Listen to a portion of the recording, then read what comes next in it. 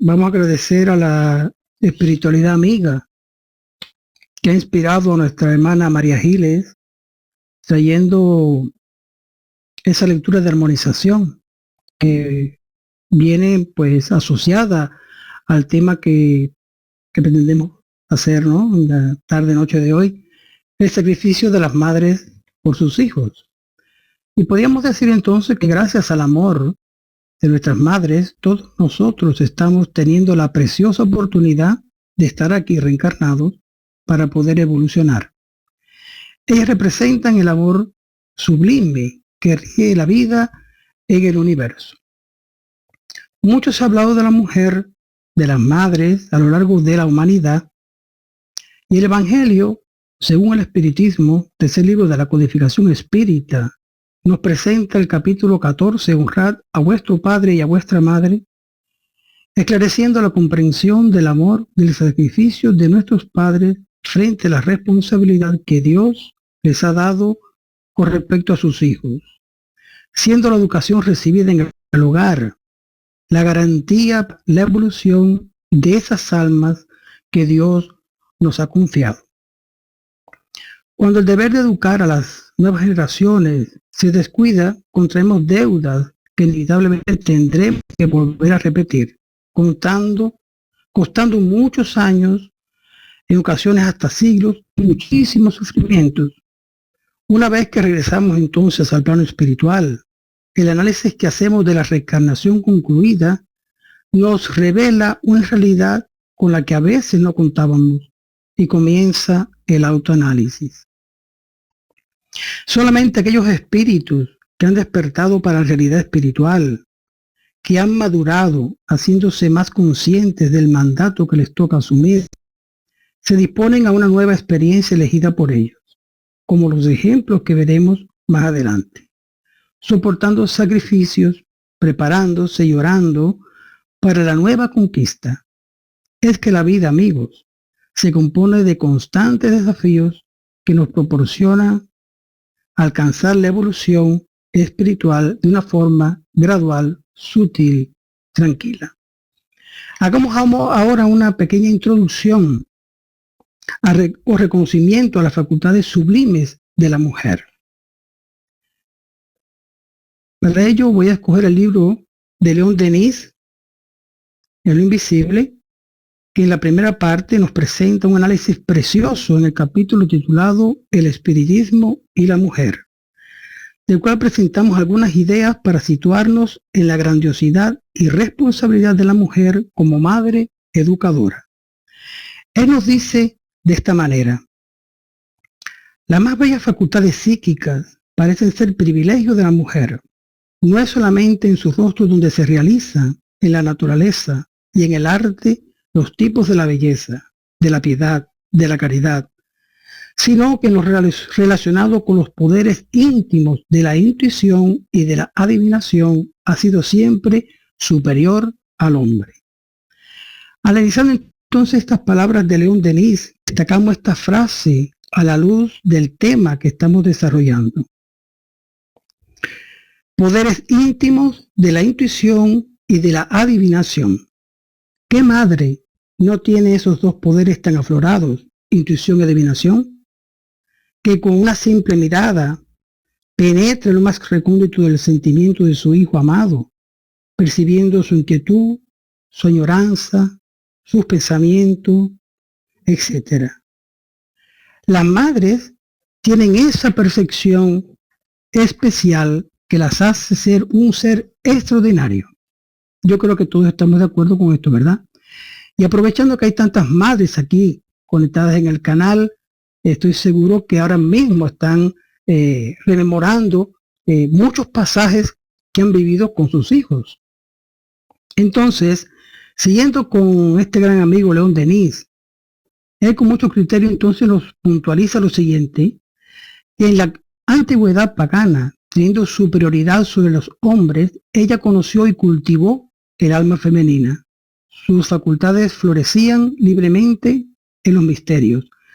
Sacerdotisa en los tiempos védicos, en el altar doméstico, tomando parte íntima en Egipto, en Grecia, en la Galia, En las ceremonias del culto, en todas partes, la mujer era el objeto de una iniciación, de una enseñanza especial que hacían de ella un ser casi divino, el hada protectora, el genio del hogar, la guardiana de las fuentes de la vida.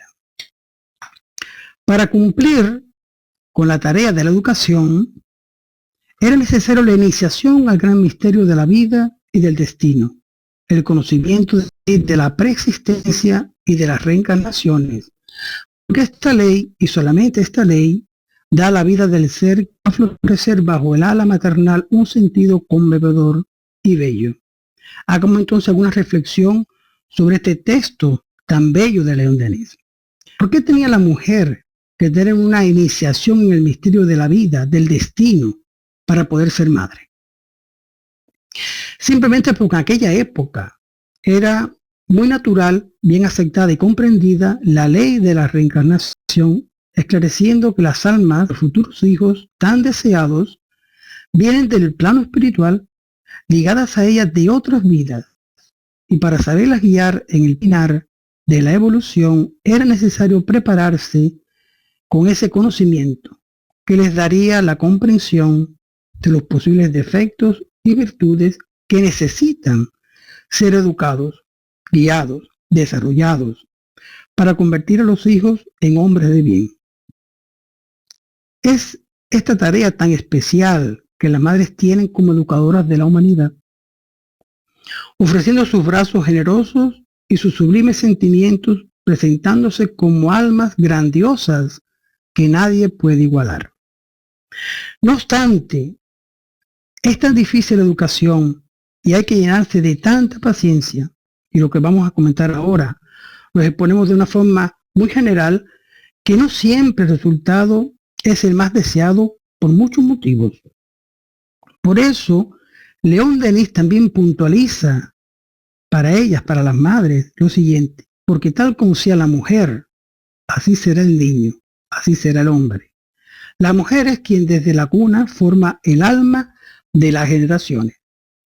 El planteamiento de León Denis, refiriéndose desde la cuna, que la mujer forma el alma de las nuevas generaciones, nos invita a presentar el ejemplo de una madre que no acertó en la educación de sus hijos y al regresar al mundo espiritual sufre, pero se prepara para una nueva reencarnación, encaminando a esas almas que no supo guiar, exponiéndose ella a grandes sacrificios. Para ello hemos cogido este libro que ustedes conocen, de Andrés Luis, de Misionero de la Luz, psicografiado por el médium Francisco Cándido Javier, la experiencia de Anacleta en el capítulo 12, preparación de experiencias. Ustedes recordarán que este libro, Misionero de la Luz, está enfocado sobre la reencarnación de Segismundo. Y Andrés Luis, que estaba allí en nuestro hogar y fue invitado a observar cómo es el preparativo de una reencarnación, como era la de Segismundo, que está muy bien explicado, magníficamente explicado en este libro. Para que él pudiera comprender todo lo que iba a suceder allí, él fue dirigido al departamento de reencarnación de nuestro hogar para que él pudiera tener idea de todo lo que iba a observar. Allí él fue a ese departamento, vio modelos de órganos, de cuerpos, observó, compartió conversaciones, etc. Y para eso, quien le esclareció en ese momento fue Manasés, que era un técnico en asuntos de reencarnaciones, que fue el que lo acogió en ese departamento. Y entonces le presenta a Anacleta, que era una de las más valerosas trabajadoras, que se preparaba para volver a la tierra en pocos días, para cumplir una tarea de profunda negación, por 4 entidades que hacía más de 40 años se debatían en regiones abismales de las zonas inferiores. Al escuchar la palabra abnegación, ella sonriente dijo: no veo en eso abnegación alguna, he de cumplir solamente con un deber. Mirando serenamente, con mucha naturalidad, Andrés Luis le dijo entonces: las madres que no completaron la obra que el Padre les confió junto a sus hijos amados, deben ser lo suficientemente fuertes para recomenzar los servicios imperfectos. Después de intercambiar otras consideraciones, se marchó. Andrés Luis, que le interesaba tanto la historia de aquella hermana humilde y simpática, fue esclarecido entonces por Manasés, relatando su historia. Y es la siguiente. Anacleta es un ejemplo vivo de ternura y devoción, pero volverá a las luchas del cuerpo a fin de operar determinadas rectificaciones en el corazón materno. Por imprevisión de ella, en otro tiempo, los 4 hijos que el Señor le confió cayeron desastrosamente. La provecita albergaba ciertas nociones de cariño que no concilian con la realidad. Su esposo era un hombre honrado y trabajador, y no obstante, su condición de rico nunca se olvidó de sus deberes relacionados con sus procederes de hombre de bien en el campo de la sociedad en general. Se caracterizaba por una energía siempre constructiva, pero la esposa, aunque muy devota, le contradecía su influencia en el hogar, viciando el afecto de madre con excesos de ternura desatinada. Y como consecuencia indirecta, aquellas 4 almas no encontraron los medios apropiados para su redención. 3 muchachos y una joven, cuya preparación ritual exigió los más arduos sacrificios, cayeron muy temprano en desvíos de naturaleza física y moral, con el pretexto de atender obligaciones sociales. Y tan degradantes fueron esos desarreglos que perdieron muy jóvenes el templo del cuerpo, penetrando en las regiones bajas en tristes condiciones. Anacleta, sin embargo, regresando al plano espiritual, comprendió el problema y se dispuso a trabajar afanosamente para lograr no solo la reencarnación de ella misma, sino también la de los hijos que deberán seguirla en las pruebas purificadoras de la tierra. ¿Cuántos años empleó para obtener semejante concesión?, preguntó Andrés Luis. Y Manasés le preguntó, más de 30, diciendo entonces Andrés Luis, y me imagino sus sacrificios en el futuro. Sí, le dijo Manasés, la experiencia le ha de ser bien dura, dado que 2 de los jóvenes deberán regresar en la condición de paralíticos, uno afectado de debilidad mental, y para auxiliarla en su precoz viudez tendrán solamente a la hija, que por sí misma será también portadora de apremiantes necesidades de rectificación. Entonces podríamos decir lo siguiente, que toda observación que nosotros hagamos ante las diferentes situaciones que nos topamos en la vida tienen una justicia divina que la sustenta. Por eso la prudencia que nos debe caracterizar cuando analizamos la vida a la luz de la doctrina espírita nos debe tener siempre esa especial forma de ver, ¿no? La prudencia. Porque a veces nosotros, podemos decir así, vemos situaciones en personas con las cuales convivimos o vemos, y rápidamente, al tener un poco de conocimiento de la doctrina espírita, damos por conclusiones muy apresuradas, ¿no? Y decimos, bueno, esta persona ha nacido así porque ha cometido errores, ¿no? Sin embargo, a veces no sabemos que el error fue provocado por otra persona. En este caso, en este ejemplo que hemos puesto, ha sido la madre, ¿no? La que no supo atender bien esa educación del hijo y desvió y cayó. Entonces allí son los rescates dolorosos que tenemos y vemos. Entonces, por eso, hablando sobre este tema, hemos traído una reflexión del espíritu de Víctor Hugo en su libro Sublime Expiación, psicografiado por el medium Divaldo Franco, en el segundo libro, que se titula El pasado de sombras y de gravámenes, capítulo 9, él nos dice entonces así: el espíritu necesita sufrir la lapidación moral para limpiarse de cualquier impureza, haciéndose sublime a través de la renuncia y del amor, a fin de ascender en dirección a la bienaventuranza. Todos nosotros estamos invitados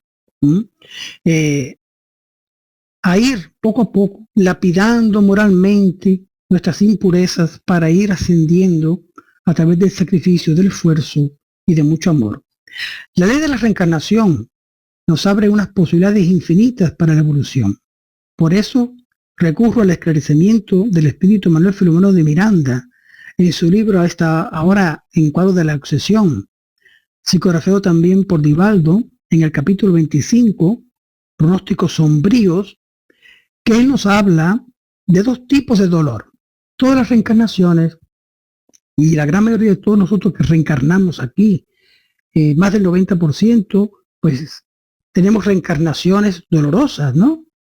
Para purgar nuestros pasados. Por eso él nos habla del dolor rescate, que por su definición nos habla de qué se trata. Es el ejemplo que hemos traído de Anacleta, para que más adelante, después de ser superado, seamos invitados al dolor conquista, mediante el cual el espíritu se supera, autodonándose en favor de los semejantes, contribuyendo para el cambio del sufrido paisaje del planeta que hoy estamos nosotros viviendo. Todos nosotros seremos invitados a presentarnos con el equipaje que a través de las múltiples existencias hemos ido llenando con pequeñas virtudes, para donarnos hacia los semejantes, como mismo hizo, por ejemplo, pues Francisco de Asís. A través de la historia, de la vida, conocemos muchos espíritus que se han sacrificado mucho y han sabido donar parte de ese bagaje que han ido poco a poco alimentando durante muchas existencias, con mucho sacrificio y con mucho conocimiento. Este libro, el siguiente ejemplo que vamos a traer ahora, que vamos a presentar, lo vamos a traer del libro Locura y Obsesión, también de Manuel Filomeno de Miranda, psicografiado por Divaldo. Este libro interesante se desarrolla en un núcleo del sincretismo afro-brasileño, donde el espíritu Adolfo Becerra de Meneses, junto a nobles amigos espirituales que se afanan de forma anónima hacia los más infelices, invitan a Miranda a que observara la presencia del amor de Dios y la negación de la caridad cristiana conforme las enseñanzas de Jesús. El capítulo 8, la grandeza de la renuncia, comienza diciendo lo siguiente: cuando perfeccionamos el sentido de observación y aprendemos a discernir en todas partes, encontramos lecciones vivas para ser incorporadas a nuestra reflexión, convirtiéndose en nosotros en un patrimonio iluminativo de gran magnitud. También el codificador nos exponía también eso, que el espiritista, al tener la observación de lo que vive en su día a día, tiene ejemplos maravillosos para contrastarlo con la doctrina espírita y con la enseñanza de los espíritus superiores a través de la codificación. Y es cierto, seguidamente, Manuel Filomeno de Miranda nos dice así, que el amor es de esencia universal, penetrando en todo y a todos vitalizando, visto su procedencia divina.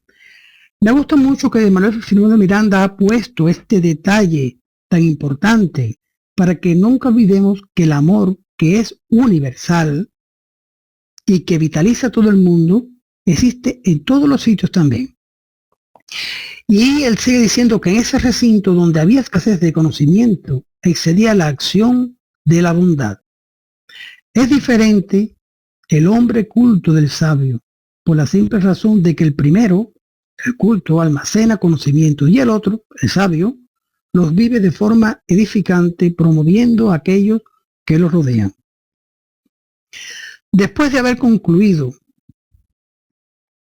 en las labores en esa casa espiritualista, la mentora de esa casa, de nombre Emerenciana, utilizando ahora un lenguaje diferente, en el que se había expresado a través de la psicofonía, se acercó a Becerra de Meneses y este presentó a Manuel Filomeno de Miranda, que lo acompañaba como invitado. Hay algo muy curioso en esto, ¿no? Cuando uno lee este libro y completamente, ¿no?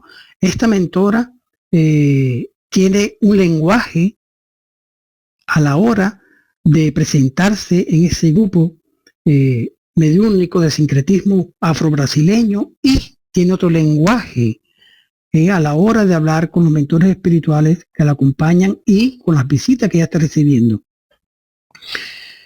Becerra entonces le pidió a esta mentora que sintéticamente explicara a Miranda la razón por qué ella operaba en ese recinto presentándose con las características de los ancestrales africanos. Esta mentora, cuando nosotros leemos el libro, vamos a percibir que a pesar que ella trabaja en el lugar, ella está haciendo un esfuerzo tremendo y lo logra de ir cultivando y enseñando y dándole prioridad al estudio de la doctrina, desdoblando a todos esos trabajadores que concurren a esta casa, y los va adoctrinando poco a poco, le va haciendo la conciencia de lo interesante e importante que es ampliar el conocimiento para seguir adelante en la evolución. Ella entonces comienza así.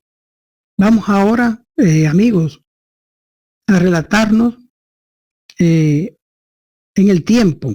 Vamos un poco a viajar para comprender el sufrimiento de esta madre y los sacrificios que ella se somete. Comienza ella entonces ese relato para Manuel Filomeno de Miranda en la Europa del siglo XVII, especialmente en la gloriosa Dinamarca luterana, gobernada por Cristián IV en el auge de la guerra de los 30 años, antes de ser vencida por los ejércitos de Fernando II. Las luchas fueron tremendas, dice ella, sangrientas y despiadadas, cegando las vidas de cuantos aparentemente mantenían las creencias ancestrales en Odín. Odín es el dios supremo de la mitología nórdica, es el Woden de los anglosajones y el Wotan de los germanos. Quedando entonces ella viuda de esta guerra, disfrutando entonces de las extravagancias de la nobleza, estimuló a su único hijo de 20 años a vengar al padre y defender la patria amenazada.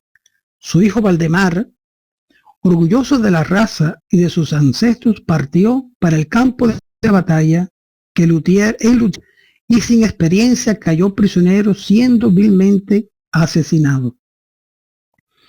Después de la paz firmada en Lubeck en 1622, quedando odios, motines y los exterminios religiosos, las tramas políticas encubiertas, etc., se vio ella también envuelta lamentablemente cometiendo arbitrariedades indignas a pesar de su condición de mujer y representante de las altas posiciones disfrutadas.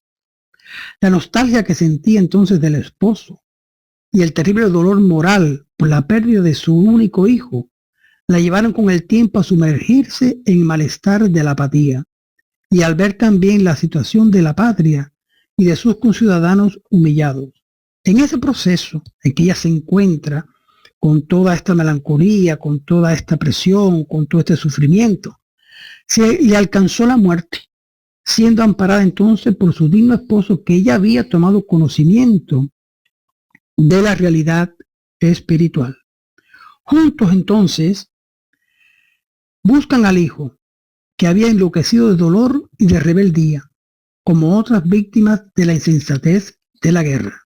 Informados de la necesidad de la reencarnación y de los peligros que encerraban nacer nuevamente en la patria, o sea, en Dinamarca, en razón de las continuas guerras de anexión y separación de pueblos y provincias, le dieron la oportunidad de recomenzar en las tierras sufridas de África, donde el drama de la esclavitud les serviría de educación moral, librándolos de los vanos orgullos de raza, tradición, cultura y poder. Es interesante este apunte que hace la mentora, ¿no?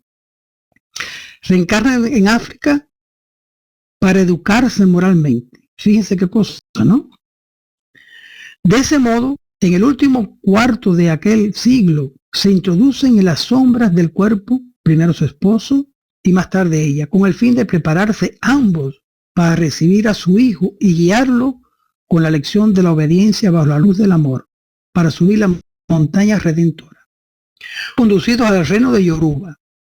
Jóvenes aún fueron aprisionados por cazadores negros, siendo enviados en un barco negrero para Brasil y vendidos en las bondadosas tierras de Salvador de Bahía, a fin de iniciar la era de su restauración espiritual.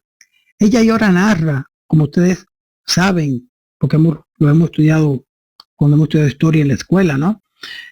Todo aquel proceso tan duro, tan inhumano, que los esclavos vivieron en esas travesías para llegar a las tierras de América, ¿no? Sigue entonces diciendo que comenzando entonces en el siglo XVIII, ellos se unieron en la aldea reservada que los acogió para dar continuidad a los procesos redentores. Posteriormente nace el ser anhelado, su hijo, bajo el estigma de una gran deformación física, consecuencia de las inmoderadas actitudes perpetradas en la guerra antes de ser prisionero.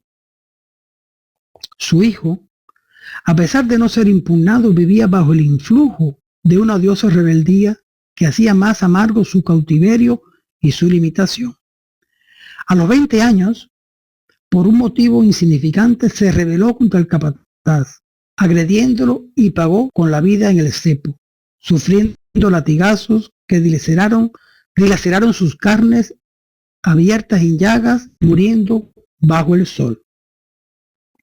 Ella entonces nos narra que en aquella época, en las tradiciones yorubas, el culto a los muertos y a las deidades era natural. Por intermedio de los bienhechores, ellos supieron que el hijo desorientado se encontraba bajo la tutela de encantados en el área del mal, conforme allí se conceptuaban genéricamente a las entidades que trabajan, cooperan y constituyen las fuerzas vivas de la naturaleza, conocidas desde hace milenios con varias designaciones. Haciendo un breve paréntesis ahora, vamos a reflexionar sobre esto último que ella comenta, porque esta mentora se está refiriendo a la información que aparece en el segundo libro del Libro de los Espíritus, capítulo 9, que tiene como título Acción de los Espíritus en los fenómenos de la naturaleza. Ahí tenemos desde la pregunta 536 a la 540 y en la 538 Allan Kardec pregunta a los espíritus lo siguiente: los espíritus que presiden los fenómenos de la naturaleza forman una categoría especial en el mundo espírita. ¿Son seres especiales o espíritus que estuvieron encarnados como nosotros? Y los espíritus esclarecieron al codificador que lo serán o que lo fueron. Continúo entonces con el relato.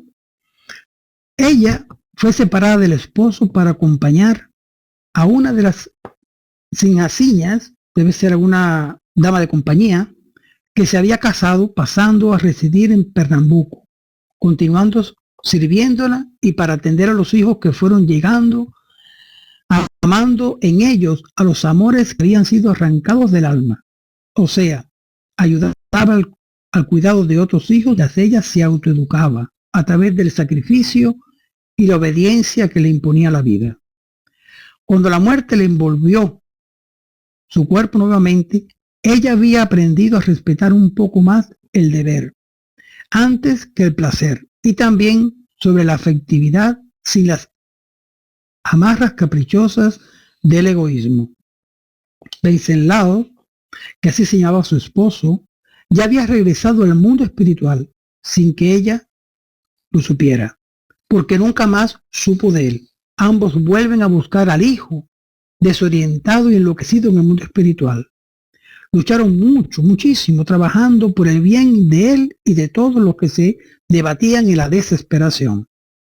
Entrando ahora en el siglo XIX, ella y Wenceslao vuelven al escenario terrestre, eligiendo la sumisión de esclavos espontáneamente, de manera de poder auxiliar al hijo, que volvería a través de una reencarnación compulsoria. Y aquí hacemos dos comentarios interesantes. Ya ellos son dos espíritus que han despertado, que tienen conocimiento, la responsabilidad y han asumido una reencarnación escogida, y a la vez van a aceptar la reencarnación de su hijo de forma compulsoria. Su hijo no sabe, son esos espíritus que están adormecidos y que de momento aparecen nuevamente aquí y vuelven a hacer ciclo de vida en el planeta. Entonces reencarna Valdemar, identificado con las fuerzas maléficas, telecomandados por ellas. Se tornó rebelde instigador de la formación de un quilombo. Un quilombo es esa cabaña que ustedes ven allí, que es la selva donde se recogían a los negros fugitivos. Pero ese refugio lo hace para tener venganza y arbitrariedades más feroces. Sumiso a esos seres espirituales de más bajo tenor vibratorio, volvió a los instintos primarios, alcanzando índices sorprendentes de salvajismo. Años más tarde, abatido, cayó en los abismos de sombras y degradación espiritual inimaginables a las cuales estaba vinculado. Aquí nos está hablando rápidamente la mentora espiritual de lo que son las obsesiones, de lo que es las posesiones, cómo nosotros con nuestros comportamientos vamos cayendo vibratoriamente y nos vamos enlazando a esos espíritus que después nos toman y nos dirigen. Dice entonces ella que nuevamente la rueda de la vida lleva a ellos dos, a los esposos, hacia la espiritualidad, y allí fueron informados que solo un acto de amor extremo, conformado de una renuncia total, podría ayudar al hijo consumido por el odio superlativo.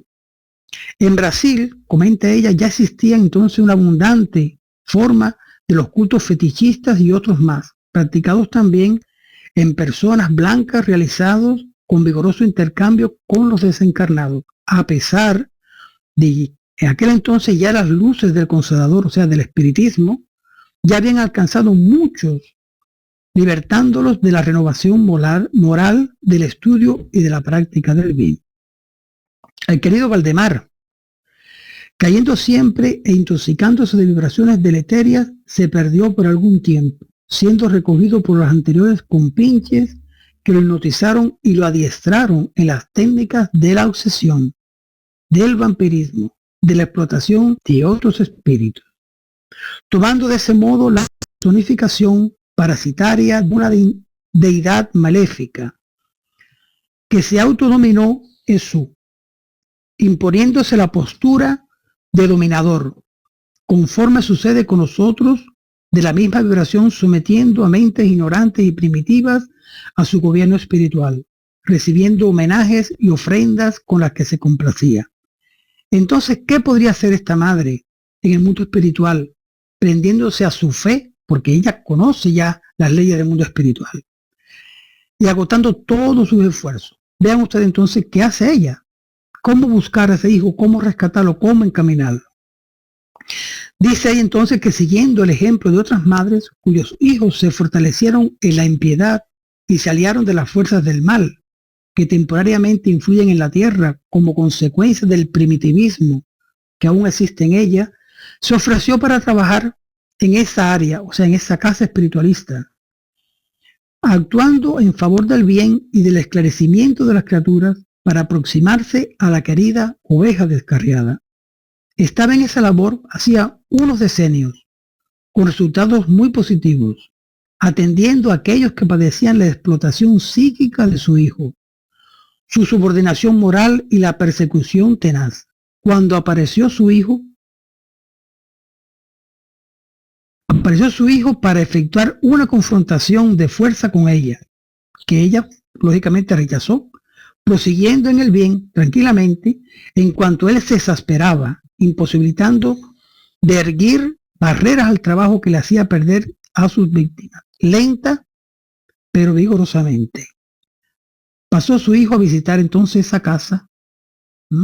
Es interesante, ¿no? Entraron entonces las más cobardes actividades para bloquear las tareas, sin que lograse los resultados deseados.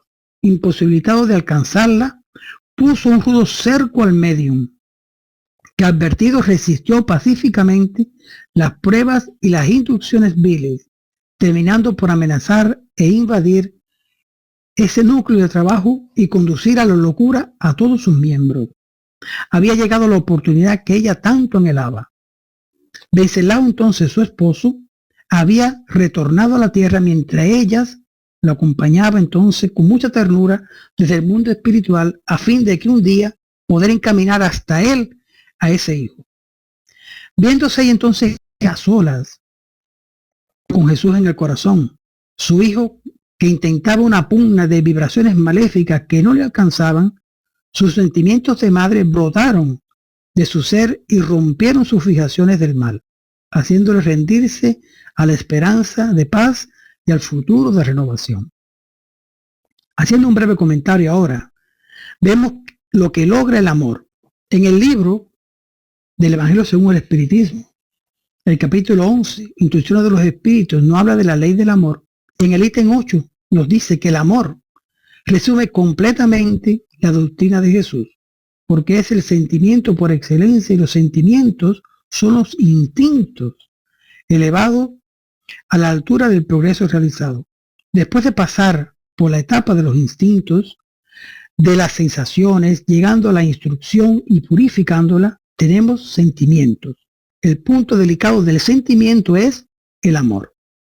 No el amor en el sentido vulgar del término, sino ese sol interior que condensa y reúne a su ardiente foco todas las aspiraciones y todas las revelaciones sobrehumanas. Esta madre entonces, a través del amor, adoctrinó, como vemos ahora, y conquistó a su hijo, porque ella logró ese sol interior con su deseo, por mediación del trabajo paciente de muchas reencarnaciones. Continuando el relato, para ir un poco concluyéndolo, dice entonces ella que por amor su hijo fue recogido e internado en la colonia espiritual de donde ellos procedían, sometido a un tratamiento que duró más de 3 lustros, o sea 15 años. Ahora en esta existencia que ella está relatando todo esto del fenómeno de Miranda, su hijo está reencarnado con deficiencia mental, es autista de nombre Aderson, junto al antiguo progenitor afligido, Venceslao, que en esta existencia, al ser su padre, lo trae a esta casa, donde ella es la mentora espiritual inspirada por ella, siguiendo los pasos a fin de continuar con la terapia de rehabilitación. Fíjense ustedes qué largo proceso que comenzó en el lejano siglo XVII en Dinamarca. Esta madre sufridora, pero trabajadora, firme, consciente, sabe que no puede aspirar a moradas superiores dejando atrás a su vástago en el dolor, que ella sometió por venganza, pero logró con mucho esfuerzo el objetivo que se propuso, buscar e encaminar nuevamente a su hijo. Analizando todo esto, el proceso de las distintas reencarnaciones y los sufrimientos que Merenciana está relatando para Manuel Filomeno de Miranda, podemos insertar esta otra reflexión del espíritu Víctor Hugo del libro mencionado Sublime Expiación. En la tercera parte del capítulo 1 dice: reencuentro en un campo de luz, afirmando lo siguiente: a través de los dispositivos reencarnatorios, todo ultraje que se comete se ha de rescatar, aunque no necesariamente en una reencarnación inmediata o muy próxima después del gravamen cometido. El atentado a la ley se graba en el espíritu, sensibilizando al perispíritu o psicosoma en dirección a la sede del alma, y de allí repercute en el propio cuerpo somático a través de los sutiles tejidos de la estructura espiritual. Surge el día en que irrumpe bajo la forma de limitación orgánica o de deformidad teratógena, distonía emocional o paroxismo nervioso, ulceración maligna o cáncer traicionero, o entonces mediante extrañas construcciones morales, coyunturas amargas o restricciones sociales, financieras, sexuales o familiares, por las cuales la ineludible justicia de la vida alcanza a sus defraudadores. A través de las benditas pruebas, sigue diciendo Víctor Hugo, y de las expiaciones libertadoras, la sabiduría divina nos conduce al compromiso de ascender y progresar en las dimensiones de la inmortalidad. Concluye entonces el relato diciéndole a Manuel Filomeno de Miranda y a los demás presentes lo siguiente: aún teniendo la autorización para actuar en otro tipo de actividades, es por gratitud hacia las reencarnaciones en las cuales adquirí comprensión de la vida, lecciones de humildad y abnegación, habiendo recogido las bendiciones que la misericordia de Dios me concedió, y finalmente es en reconocimiento por el rescate de mi hijo que vengo permaneciendo por espontánea elección en la misma labor junto a los demás, a los más carentes y los más afligidos en sus inmensas, sembrando en sus mentes desacostumbradas a las reflexiones y a los razonamientos espirituales las semillas de luz que les facilitarán el inicio de la conquista espiritual que necesitan. Por lo tanto, es el amor a los que sufren en forma de gratitud que me mantiene en este trabajo, ofreciéndome la oportunidad de recorrer la senda de la evolución por donde todos marchamos, en el anonimato, en la humildad y en la caridad sin alarde. Como pueden apreciar, todo muy simple, nada de más. Ahí tiene, amigo Miranda, una síntesis de la experiencia que he vivido en los últimos 400 años. Fíjense, 400 años, con aquellos afectos más próximos de mi corazón. Vamos a concluir entonces, amigos, esta presentación que hemos traído sencilla para vosotros, presentando un pequeño mensaje que educa y también esclarece a las madres para que no pierdan el rumbo de su gran tarea, la que Dios depositó en sus manos amorosas y delicadas, que solamente ellas saben hacer. Y vamos a presentar entonces del libro Minutos de Sabiduría de Carlos Pastorino este mensaje número 55, que dice: tú que eres madre, recuerda que tu ejemplo es la escuela más decente para tu hijo. No discutas con tu esposo delante de los niños. No critiques al padre delante de los hijos. No hables mal de él. No lo humilles con el desprecio. El ejemplo de un hogar bien constituido es la felicidad más grande que puedas dar en herencia a tus hijos. Por su amor aprende a sufrir cuando sea necesario, porque ellos son los frutos de tus entrañas. Pues hasta aquí, queridos amigos, les agradezco mucho la atención. Hemos terminado nuestro simple trabajo. Muchas gracias, mucha paz. Gracias. ¿Cómo analizar entonces la influencia negativa de la madre formando caracteres débiles, funcionales y violentos, etcétera? Si el espíritu debe crecer en la individualidad y la autorrealización. Bueno, Barker, mira, yo partiría primeramente de que, como todos nosotros estamos entrelazados en las reencarnaciones, convivimos muchas veces, muchísimas, todo aquello que nosotros podamos ver negativo, es parte de nuestro aprendizaje, tanto para el espíritu que viene junto a nosotros como madre, como hijo, como la posición en que nosotros nos vamos a poner como madre, como padre, educadores para ese hijo. Entonces a veces tenemos sí muchas influencias negativas, y que podríamos analizarla, pues yo no sé, por muchos puntos. Primeramente porque a lo mejor no hemos recibido una buena orientación, pero también hemos descuidado cuando queremos tener hijos, verlo como una cosa casi muy ligera y tal, ¿no? Sin muchas responsabilidades. Y eso crea karma y crea situaciones difíciles. Pero no podemos olvidar que tanto nosotros, que estamos recibiendo esa alma del mundo espiritual, hemos establecido un compromiso con ese hijo.